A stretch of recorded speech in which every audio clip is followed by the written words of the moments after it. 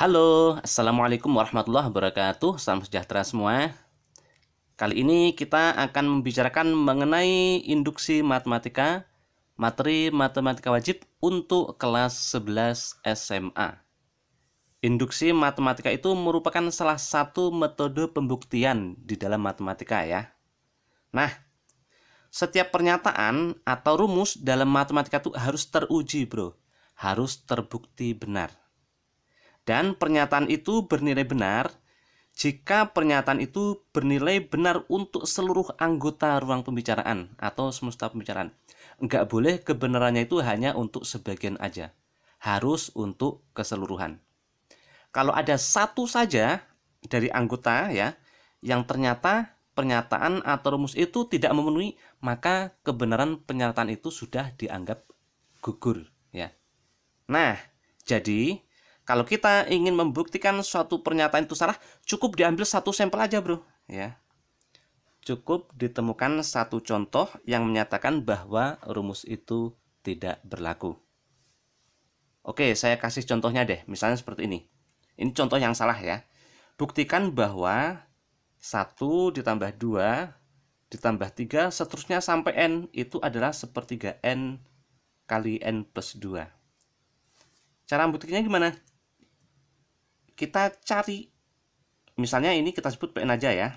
Misal, supaya mudah kita sebut PN. PN itu pernyataan, ini titik 2 ya. 1 plus 2 plus seterusnya plus N sama dengan sepertiga N plus berapa? Plus 2, misalnya gitu ya. Nah, sekarang kita lihat P1 bagaimana? P1 berarti N-nya 1.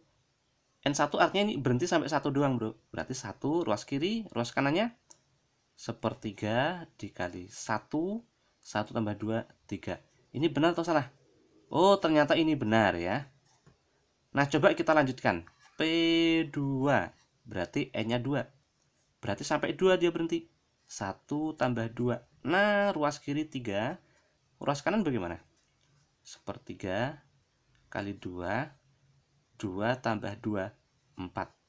Ini 3, yang kanan 8/3. Itu sama enggak? Nah, kan beda. Artinya, rumus ini ternyata untuk N-nya 2 dia enggak berlaku. Nah, karena kita sudah menemukan satu saja sampel yang menyatakan rumus itu enggak berlaku, itu udah gugur rumus itu ya. Kebenarannya udah gugur.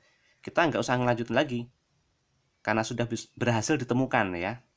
Nah, jadi kesimpulannya, PN 1 plus 2 plus seterusnya plus N itu sepertiga N kali N plus 2 itu tidak benar ya, atau tidak valid rumusnya.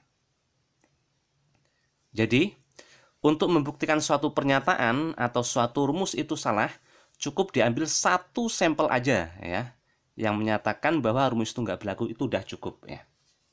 Tetapi kalau kita ingin membuktikan suatu pernyataan itu benar, itu harus dibuktikan keseluruhannya, bro.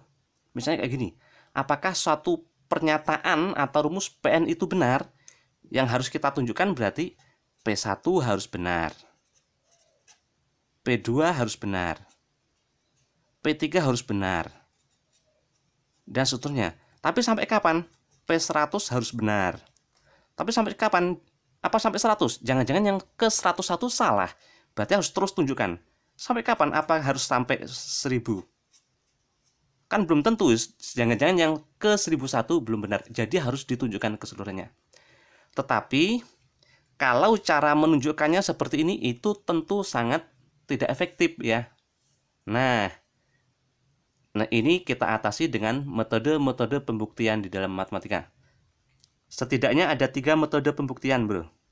Ya. Yang pertama namanya metode langsung, yang kedua metode kontradiksi, dan yang ketiga metode induksi matematika. Sesuai namanya, metode langsung itu bukti-bukti diberikan secara langsung, bro. Nah, saya kasih contoh ini ya. Misalnya, buktikan bahwa 1 plus 2 plus 3 plus seterusnya sampai N itu setengah N, N plus 1. Nah, ini rumus yang benar, bro. Nah, kita membuktikan secara langsung. Buktinya.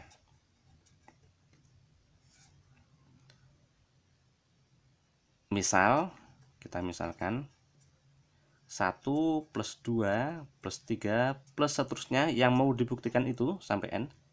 Ini kita sebut S deh. Maka akan dibuktikan, ini saya singkat, akan dibuktikan ya, adib, akan dibuktikan bahwa ternyata S ini nanti sama dengan ini, setengah N, N plus 1. Nah sekarang buktinya, kita kan udah punya ini, 1 plus 2 plus 3 plus seterusnya plus N itu sama dengan S. Coba nulisnya kita tukar. N ini saya letakkan di sini. Kalau ini tadi dari kiri ke kanan itu naik 1, 2, 3 sampai N. Berarti kalau dari N ini ke kiri ini turun. N berarti bawahnya N-1 ya. Nah otomatis yang sini N-1 ya. Berarti ini turun lagi N-2. Dan seterusnya yang terakhir pasti yang ujung sini bro. Berarti ini 1. Nah ini kan masih sama-sama S ya. Kita kan cuman menukar penulisan aja. Ini awal, yang di sini yang di akhir ya. Apa yang terjadi kalau ini kita jumlah bro? Berarti ini 1 plus N atau N plus 1, 2 ditambah N-1 atau N-1 plus 2, berarti N plus 1, N-2 plus 3, berarti N plus 1 lagi, dan seterusnya N plus 1, S ditambah S ini 2S. Oh ternyata ini sama. Dan perhatikan, karena ini 1, 2, 3 sampai N, ini pasti ada N buah bro ya. Ada N ya. Ada N buah. Buah atau biji? Ya buah ya. Ada N buah. Karena ada N, nah kita kan tahu kalau A ditambah A itu kan 2A. Ada N berarti N kalinya ini dong ya. N dikali N plus 1, kalau gitu 2S. Nah ketemu, kalau S-nya berarti tinggal bagi 2 semua ruas. Bagi 2 ini S, ini bagi 2 berarti muncul setengah ya. Setengah N, N plus 1. Nah terbukti bro ya. Ternyata ini terbukti. Seperti ini metode langsung. Bukti diberikan secara langsung. Tetapi untuk yang metode langsung ini memerlukan kreativitas ya. Kita harus kreatif, harus menemukan ide bagaimana cara membuktikan rumus itu. Sekarang kita yang kedua, metode kontradiksi.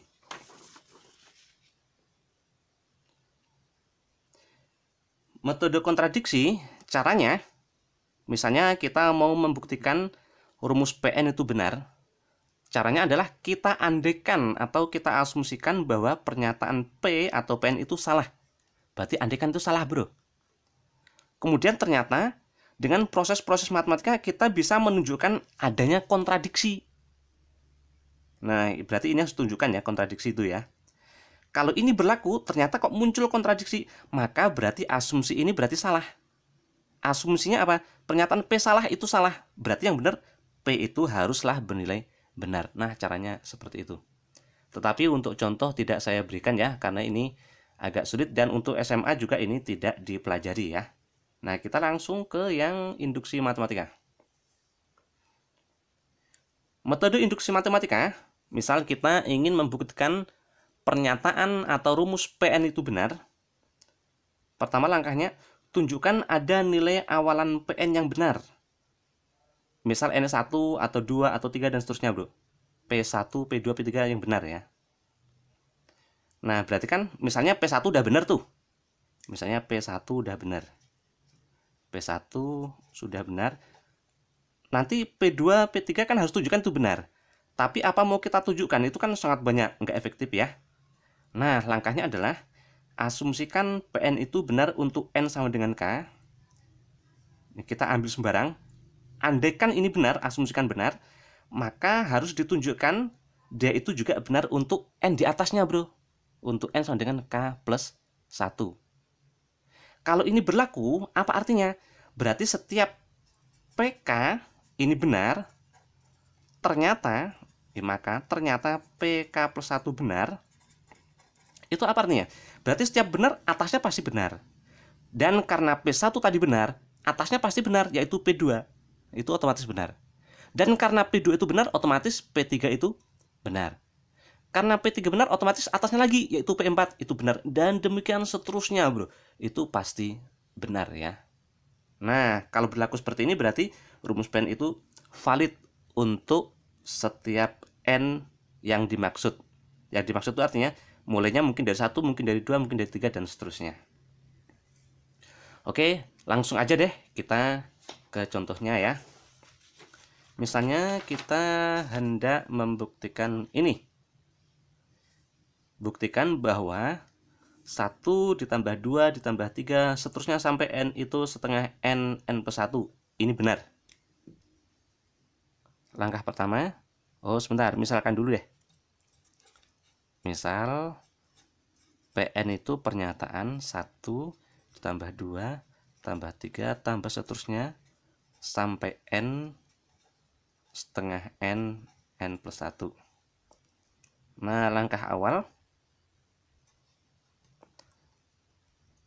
untuk N yang kecil, nilai awalannya kita mau cari. Untuk N yang kecil misalnya N1 ya.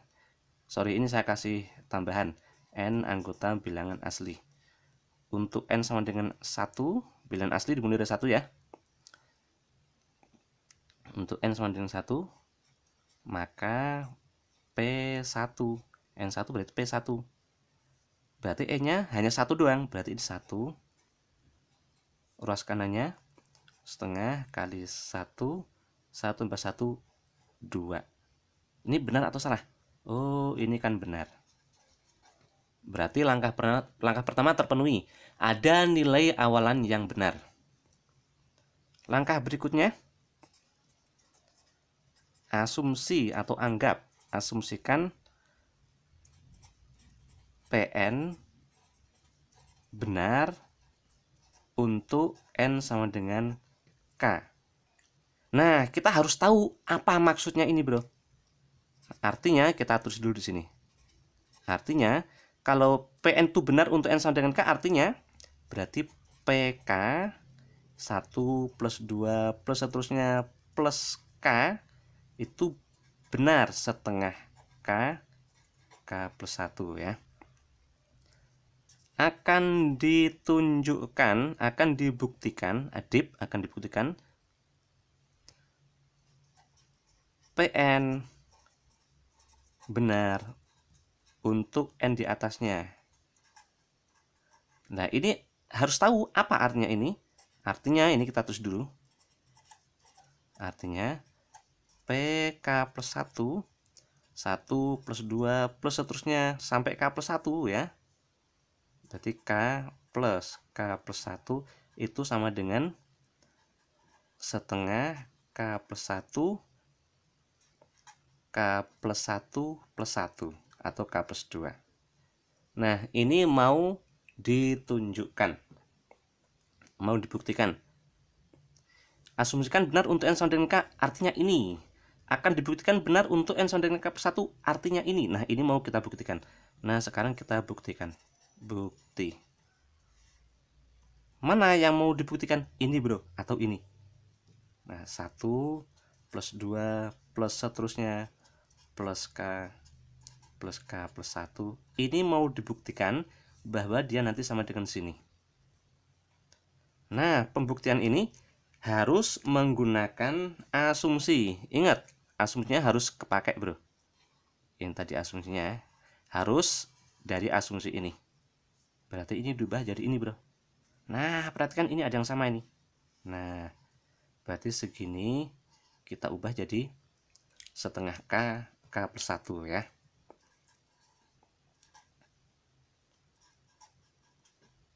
Yang ini kan belum tuh. Berarti ditambah K plus 1.